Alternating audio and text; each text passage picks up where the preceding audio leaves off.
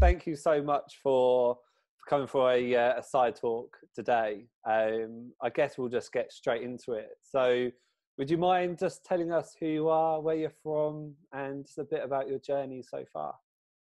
Okay, so my name's Nikki. I am originally from New Zealand, and I am the founder of IWI Development and the co-founder of IWI Management.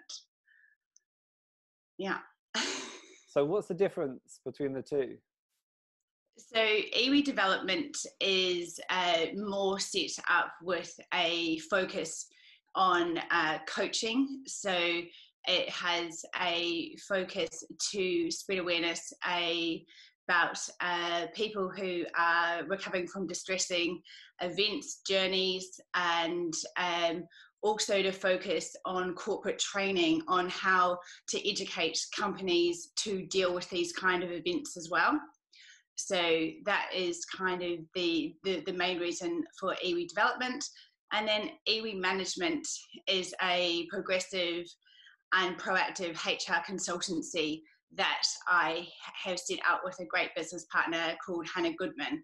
So that's really focused on to help out small and medium-sized businesses who may not have a full HR function, to help them actually get the structure of a good HR foundations in there to ensure that they can support their staff and have that focus. And then there is also the option for other maybe more developed HR teams to help coach them, because a lot of the time HR people kind of come through operationally, which is wonderful. However, sometimes there are more complicated issues or events that happen that we can go in and support them, or potentially projects or initiatives they haven't had the opportunity to do. So we can go in and do that. Okay, great. And you set up with Hannah Goodman, did you say? Yes, so we used to work together, and then she left and I left not so long after. And then we were talking one day about seeing in like co-share spaces how there's such a boom in people setting up their businesses, and they can grow from the founder or CEO from an idea to all of a sudden having 5 people, and they're not really sure what they actually have to do compliancy wise, and how they need to enhance performance so that people feel valued, and just really giving them that support, same like incubators or accelerators, and which is great for a business, but sometimes it can be quite daunting on what do I have to do, what should I do, how do I compete with recruitment against bigger companies that could offer more.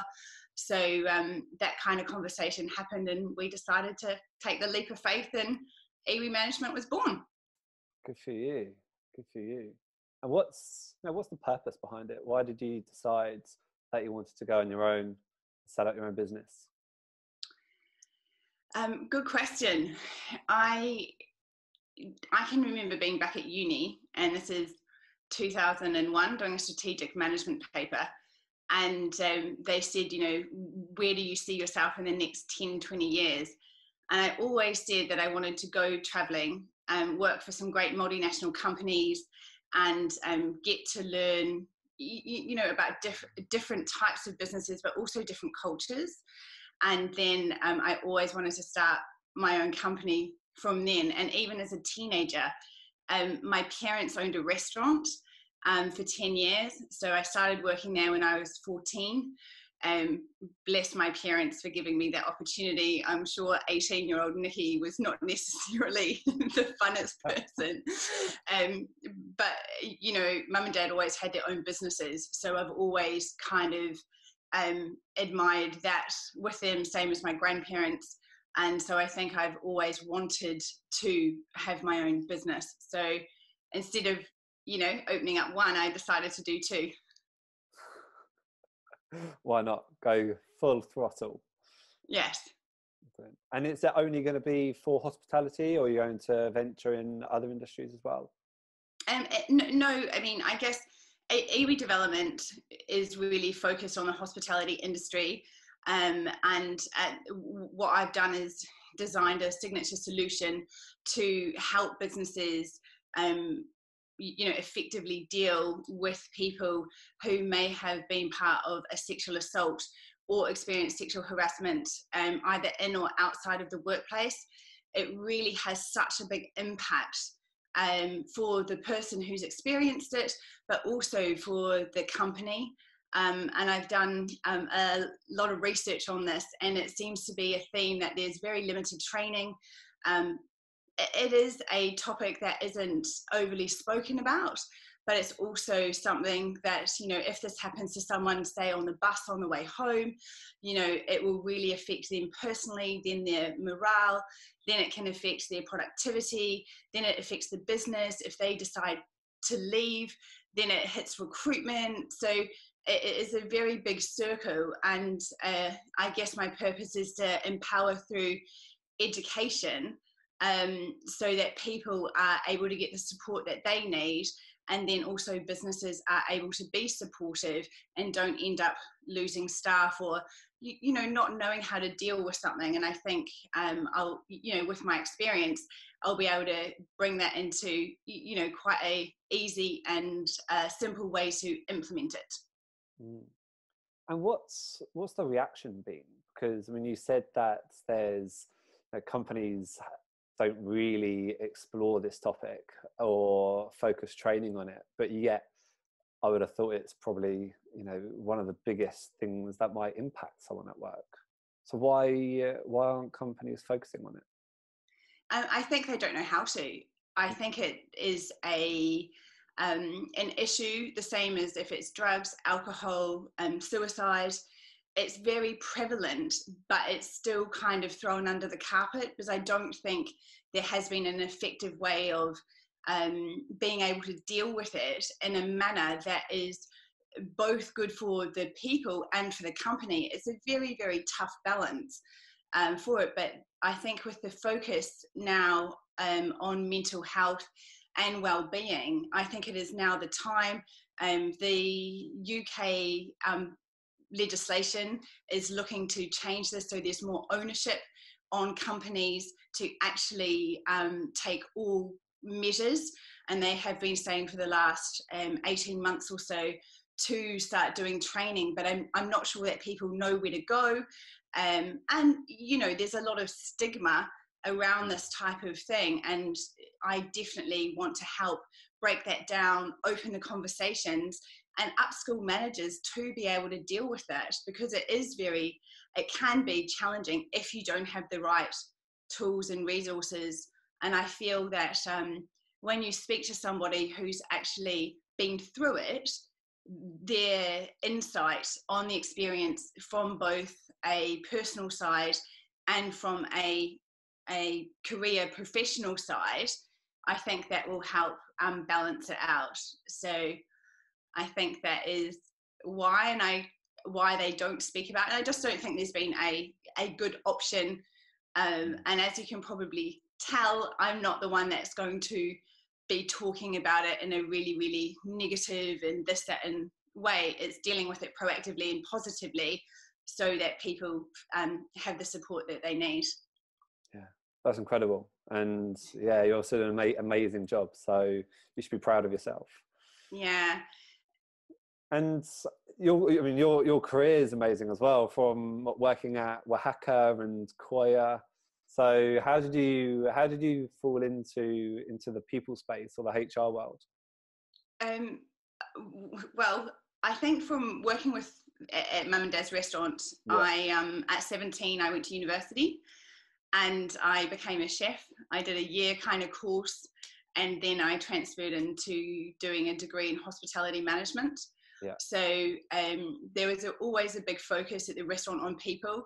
Mum and Dad went over and beyond to ensure we had retention, and some of our staff were with us from the moment we bought the restaurant until they left. So when I finished my hospo degree, I decided that that was great, but I wanted to get another one. So I went back and did a business degree in HR and training and development. So a week after graduation, I ended up moving to Melbourne and start the OE, which was 16 years ago, and spent 4 years living and working around Australia, from Melbourne to Hamilton Island, which was a very cool experience. Went to Perth, came back to Melbourne, went up to Brisbane, worked in retail as well, and worked for a company called Michael Hill Jeweller, which is a New Zealand company, but they have a huge focus on coaching and training. So I really liked how that was all set up.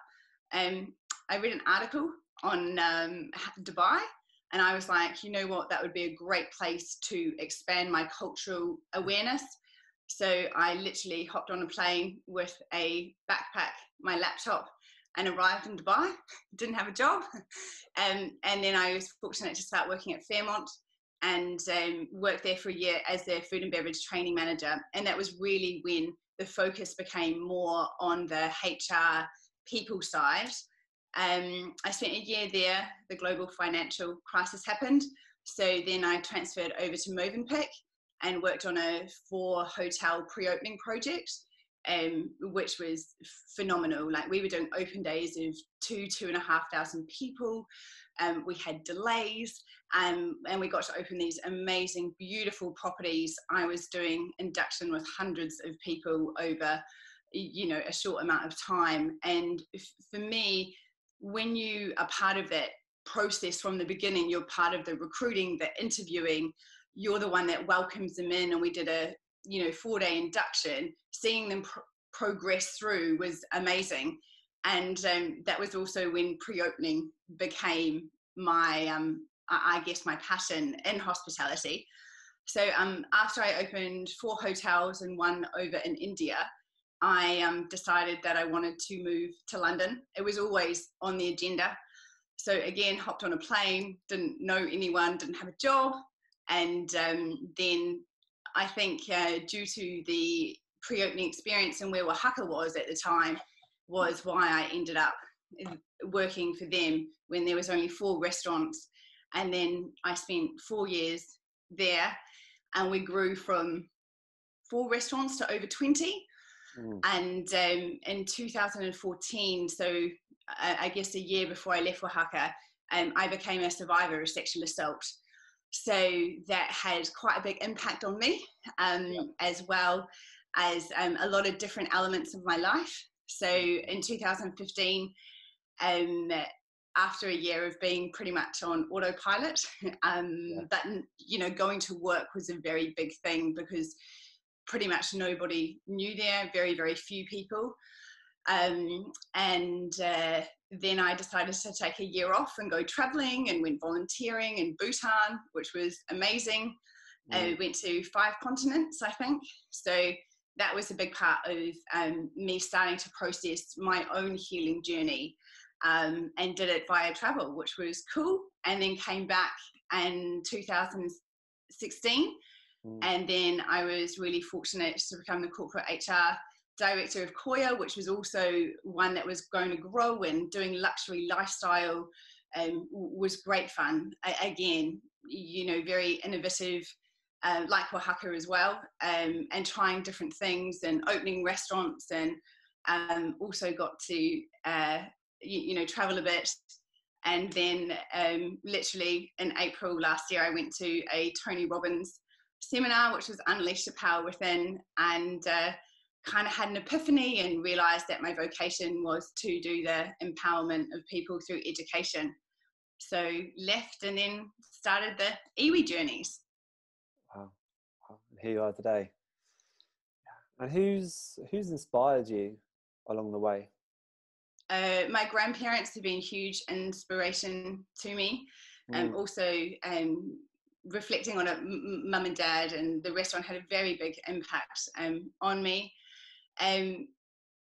You might giggle at this, and I always used to do this at a training in Dubai and say, if you could be anyone for 24 hours, who would you be?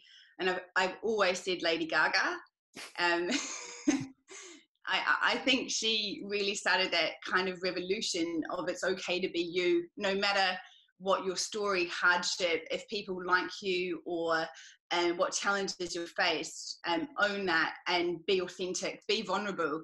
And I really admire how she started doing that, back in 2008. And then I'd also say Tony Robbins. I think his whole philosophy, I love NLP. I went and retrained as an NLP master practitioner with Dr. Richard Bandler. I love his philosophy of how, the price up living is giving, and trying to give back what you can to help other people overcome things and live fulfilled lives. And the last person I would say is Jacinda Ardern.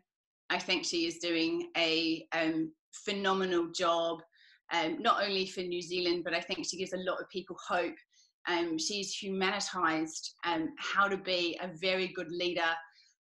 It's okay to be emotional. You can still give direction and, have good empathy, but as well be very focused and achieve great things. Definitely. And would you do anything differently if you were to talk to your younger self?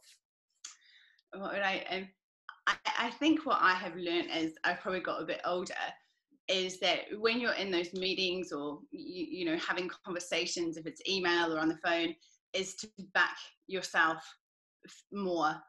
I think that if you see something that could potentially happen, like an avoidable situation that is going to have a negative impact either on someone, the business, or several people, I think if you can foresee that, even though people may not want to hear it, I really think you've got to push a little bit more. And same with ideas.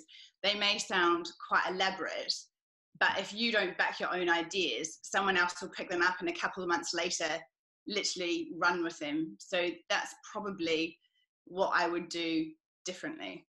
Yeah. And you've worked all around the world. Have you missed anywhere out?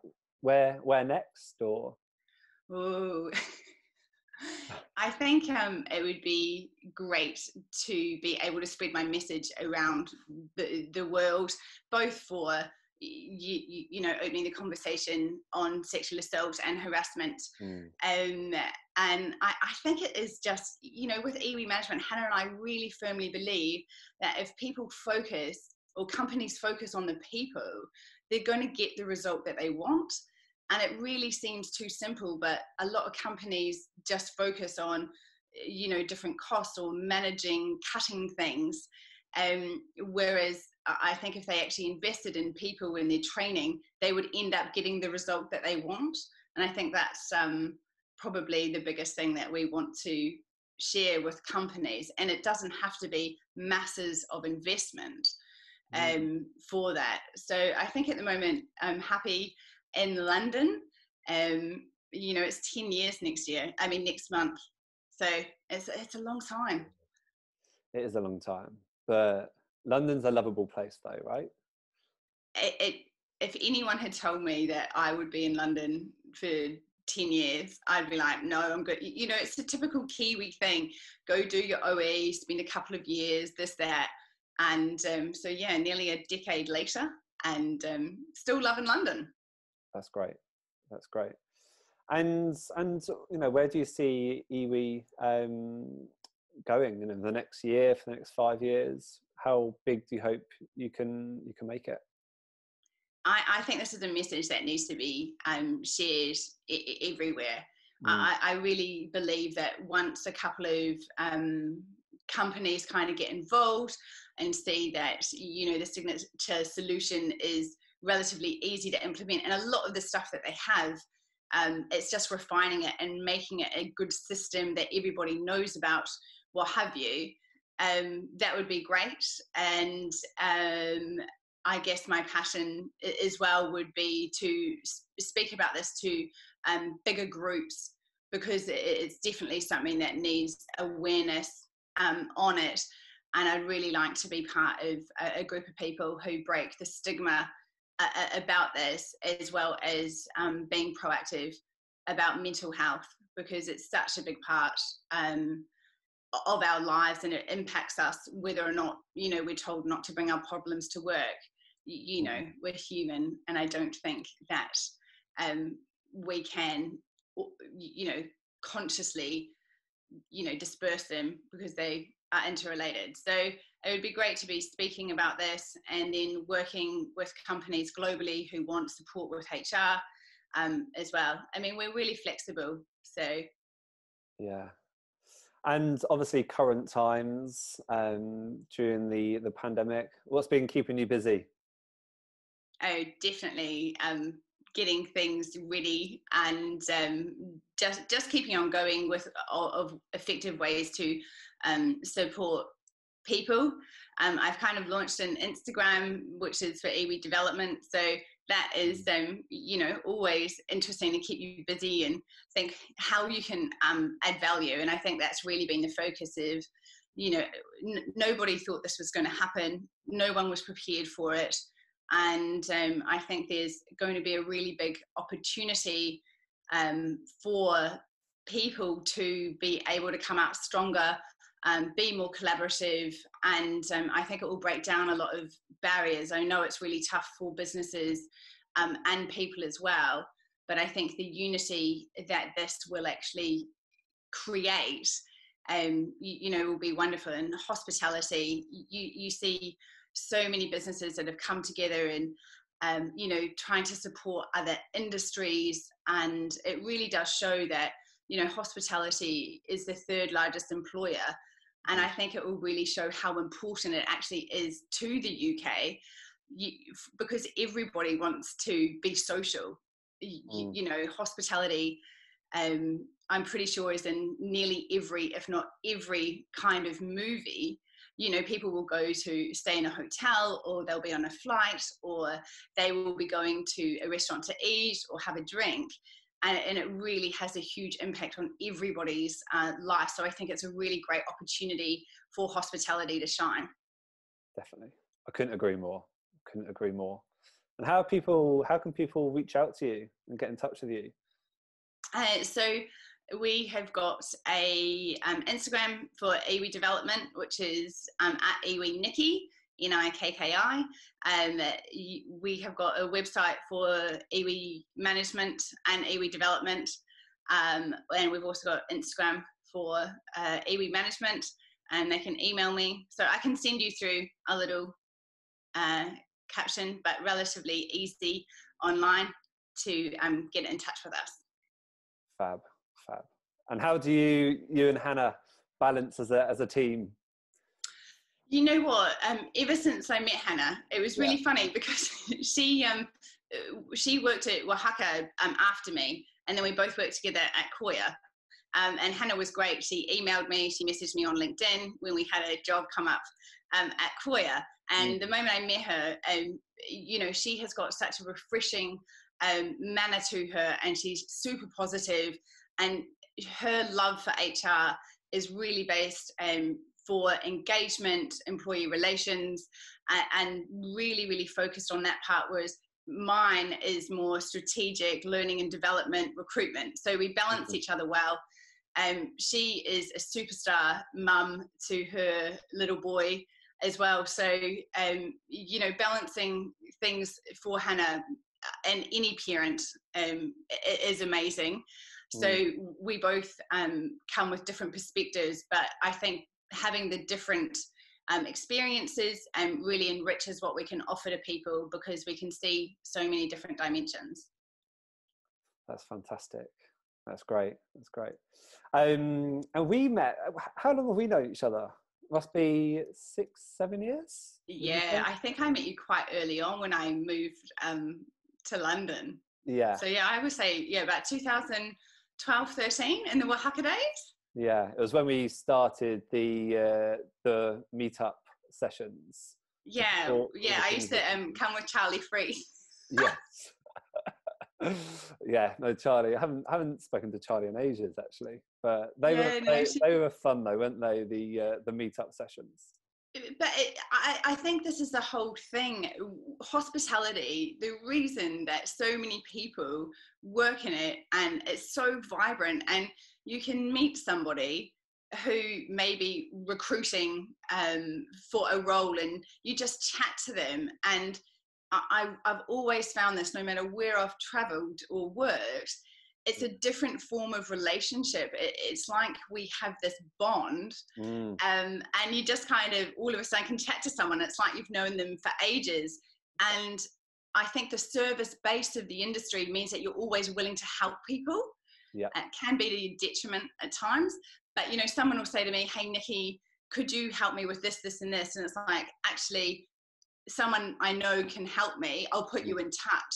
And I think those events and meetups, which is now HIRE, are invaluable, and everyone should be going to those to network and learn. And usually you're like, oh, I'm so glad I'm not the only one that didn't understand what was going on. Exactly. You know, there's a wealth of opportunity and talent in there.